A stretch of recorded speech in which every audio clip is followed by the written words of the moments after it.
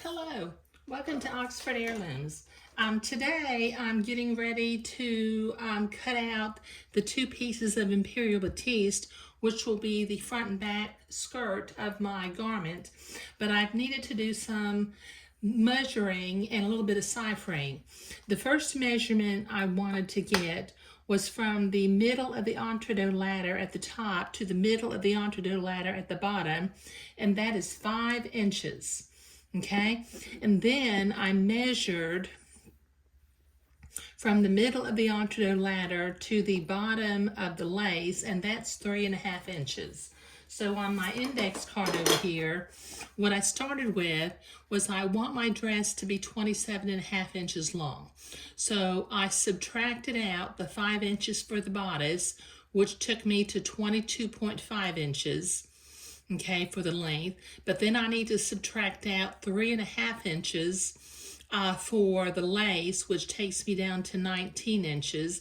Then I need to add back a 1/2 inch for the 2 seam allowances where I'll be joining at the entredot. So I'll need to cut my 2 front and back skirt pieces 19.5 inches long. So I'm going to be out at my cutting place, which is actually on the kitchen island, and I'll be back. Okay, I've got my 2 pieces cut and trimmed to the right size. I have also cut out my placket piece that I'll need for the back of the dress. So I'll keep that kind of handy. Okay, now I got a little bit more cutting that I have to do. There is a small armhole curve that I need to cut away. So let me cut that. I'll have to do that on the back of the skirt also. And also the scoop in the front of the bodice, I need to cut out along this line. But since this is a paper pattern and I hate to lose the whole thing, I've left some pattern paper above where it lines up with the top edge of the folded skirt. So I'm going to cut this until I get to the top of the skirt. And then I'm going to stop cutting. Okay, now what I'm going to do is, because I want to save my pattern piece, I'm going to take my pattern piece back together because it's already been cut. And this way, I mean, I can cut it again and again and just keep taping it together if I want to, I guess. But that way I don't lose the top alignment line on the dress, but I have cut out the little scoop for the front of the dress. Now what I also did with my blue fabric marking pen, I have marked the center front of the skirt, okay? Now just in order to keep me organized, I'm gonna write the word front on this particular piece, okay?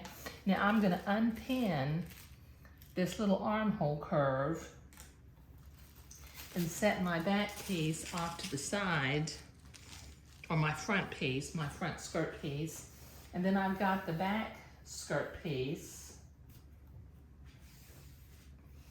which I'm going to smooth out here for just a minute. And fold it in half. And up along the top, I'm gonna line up the top edge, and I'm gonna put my little armhole curve on this top corner again. And once again, I will cut out the little armhole curve, but I need to mark in the center back where my placket is going to go. Now my placket, if I fold it in half, I can see how long I need to cut it. There we go. Okay, so I've marked the center top and I've marked the center bottom of the placket. Okay, now using my fabric cutting scissors, I will cut out the little armhole curve on the back of the skirt.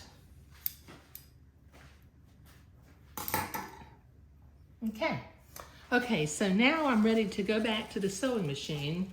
Well, before I do that, I'm gonna go ahead and write the word back on this piece just so that I stay organized. I do a lot of writing on fabric, don't I? Okay, so let me get back to the sewing machine. And what I'm going to do is, as I'm looking at the front of the dress, I'm going to create the French seam on this left side, which would actually be on the right side of the child's body. Then I will sew the fancy lace panel to the bottom of it, and sew my French seam on the other side of the skirt, but that'll take me a little bit of time to do. But, you know, preparing these pattern pieces, you know, and doing my ciphering was what I was doing today. Thank you.